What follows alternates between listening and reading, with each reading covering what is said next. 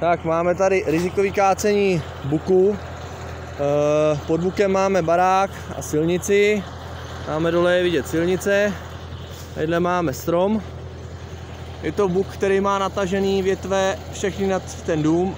Je napadený houbou. My ho budeme kácet pomocí traktoru 6245 s navijákem Uniforest 5,5 tuny.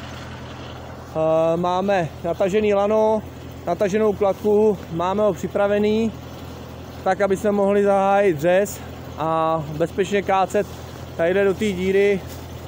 Mezi ty dva stromy tam je vidět jedna kladka, takže tam s tím směrem se ho budeme snažit dát, tak snad to vyjde. Jinak tady máme traktoristu a já těžař. Tak jdem na to, no a snad se nám to podaří.